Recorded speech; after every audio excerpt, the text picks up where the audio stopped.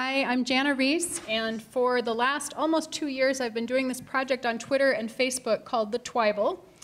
And it is a humor project that is modeled after what would the Onion say if the Onion were to go through every chapter of the Bible. So every day, I tweet out a chapter of the Bible in 140 characters or less, with approximately 68% more humor than was in the original Bible. And if you would like to follow on Twitter, if you are on Twitter, I'm at Jana Riess, I before E. And I'm also on Facebook, happy to friend perfect strangers. So the Twible has been written up a couple of places. This was on CNN's religion blog last year. And then this was in The Guardian last summer, which was great, actually, because The Guardian is picked up all around the world. And so I suddenly had Twible followers in wonderful places like Bhutan. And so that's been really, really fantastic. All right, so what am I doing and what am I learning in this project? Lesson number 1, there is a lot of crazy crap in the Bible. The reason that I started this project, well, 2 reasons. One was that I realized that, I was in a hotel room in California, which is the birthplace of all very strange ideas. And I had to look something up in the hotel nightstand Bible. And then I realized as I was sitting there that just how much of the Bible I never read, in fact, have never read.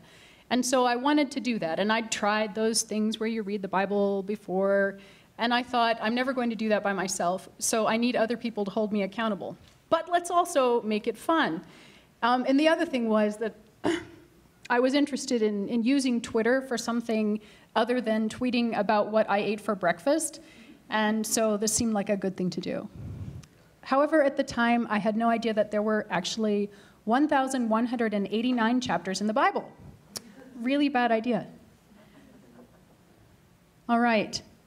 So in the crazy crap category, I'm going to go ahead and read this aloud, although I normally hate people who read what's on PowerPoint just for the recording here. This is from Leviticus 15. Bodily discharge, very bad. In both genders, wash your sheets. Don't even think about having sex. You just thought it, didn't you? Okay, also in the crazy category, the wacky laws of the Bible. There are so many, it was very hard to choose for tonight. Deuteronomy 14, from don't boil kid in mom's milk, we get different pots for meat and dairy. I can't has cheeseburger. Why do we make religion hard? You know, in the Twible, I'm trying to entertain. You know, this is primarily a fun project, and I'm so glad when people tell me they're enjoying it. But it is also, it has a point. I am often struggling with some of the things that I find out in the Bible, as we'll see in a moment. But the question, I think, is a legitimate one. Why do we make religion hard? Wacky laws continued. I love this one. Deuteronomy 21, if you find a murdered body, kill a cow nearby and have all suspects lay hands on it. Why don't they do this on Law and Order? Did anybody know that was in the Bible? Because I never knew that was in the Bible. It seems like it would solve a lot of crime. Lesson number 2, God flunked niceness in primary. So here's something from Leviticus chapter 10. Oh no, 2 of Aaron's sons lay altar fire incorrectly, so ever merciful God burns them up. It's tough to be the preacher's kids. How many of you know this story from the book of Leviticus? Okay, so a handful of people. I did not know this story until I put it together that actually this is where that Indigo Girls song, Strange Fire, comes from. That's from this passage. So online, I found, this wonderful website called thebricktestament.com. If you've never seen it, you must go. So I want to tell the story of Aaron's 2 sons from the Brick Testament. So here we have them. I've called them Elder Nadab and Elder Abihu, and they look so sweet and earnest. They're so adorable. However, don't get too attached to them. So they lay the altar fire incorrectly, and they're toast. So what kind of God is this exactly? Also, we're missing the actual Twible part, which is at the bottom of this. Oh, that's interesting. So the story of Noah's Ark, The tweet is they've de-arked, but God tells them that he will never off us by flood, keeps earthquakes, tsunamis in reserve. I'm particularly proud that I think I invented the verb de-ark. Oh, there it is. Oh, God sends a rainbow to promise he'll never again off us by flood, keeps earthquakes, tsunamis in reserve. All right, the Midianites. This is a story that I had known about in the Old Testament, but I had never put it into context. Reading the entire Bible through, you start to understand a little bit of the context. So, Numbers 31. In Exodus, Midianites were our friends, but now God says to kill them all, except the virgins, so we can rape them later. Why? So the history here is that the Midianites were the people who sheltered Moses for 40 years. After he had fled Egypt, he had killed someone, and then he married a Midianite woman, Jethro, his father-in-law, that really nice guy who gave him all the advice, also a Midianite. So you kind of wonder when Moses came home that day, and he was in the tent with Zipporah.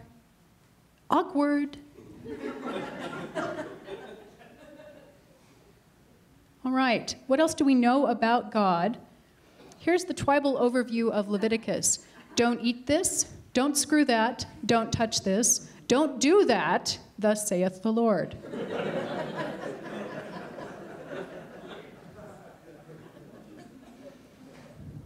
Lesson number 3. The Bible is wonderfully human. That has been one of the most beautiful discoveries for me. And here we have Twible's Song of Solomon, chapter 7. What happened to pick-up lines like, your breasts are like twin gazelles? I mean, really, try it in a bar. I just dare you. So right now, on Facebook and Twitter, what the Twible followers are seeing is the end of the book of Proverbs. Like next week, we will get to Proverbs 31, everyone's very favorite one. But I'm actually doing the Song of Solomon right now because I work a little bit ahead, and I am having so much fun.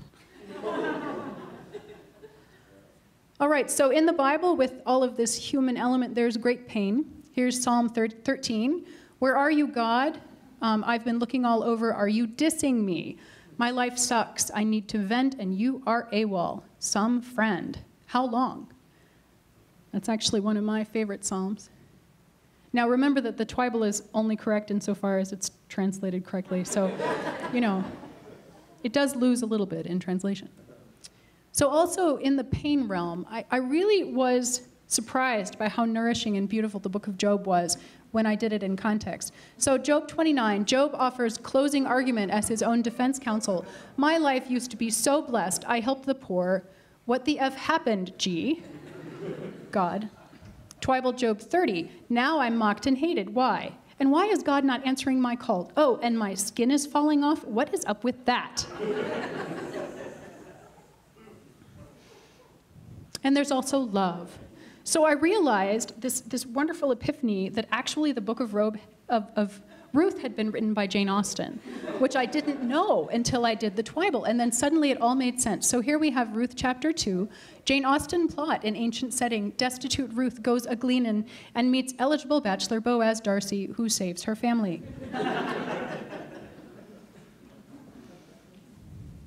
We also find inadequate religion throughout the Bible, and I here have this Job chapter 15, friend of Job number 1, who says, Job, you're undermining mom, religion, tradition, and green bean casserole. You make me nervous with your questions. But also back in the scene that we saw just a moment ago about Aaron's 2 sons who are killed. So after that, Moses and Aaron are standing there. They're sort of looking at this place where Aaron's sons had been standing just moments before. And Moses gives him this little homily about holiness and piety and how it's so necessary. And then the Bible just says, Aaron stood silent. And I just really cracked up. Yeah, so inadequate religion. When religion is inadequate for answering questions of human suffering. And there are beautiful signs of human failing in the Bible. So this is the New Testament, which I won't get to until God knows when. John 21, Jesus Christ to Peter, do you love me with agape love? Peter says, sure, Lord, I friended you on Facebook. And Jesus says, fair enough, feed my lambs. Now that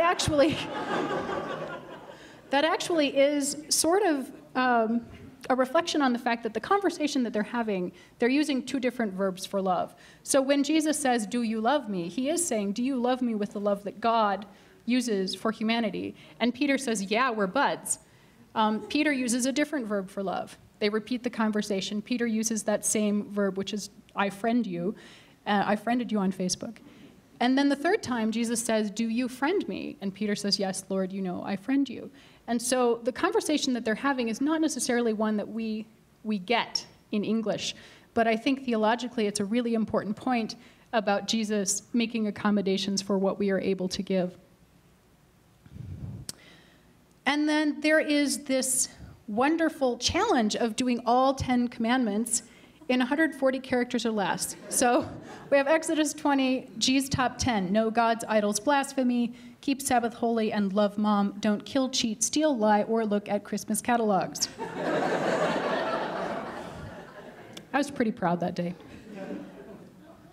All right, and then the last thing I wanted to say, like I said, I would be honored to friend anyone on Facebook. I also have this book coming out in November called Flunking Sainthood. I'll be speaking about that here on Saturday morning. And it is a humorous memoir of 12 months of failing miserably at different spiritual practices. So if you have ever fallen short with things like fasting or keeping the Sabbath, please come and we can commiserate together. Thank you.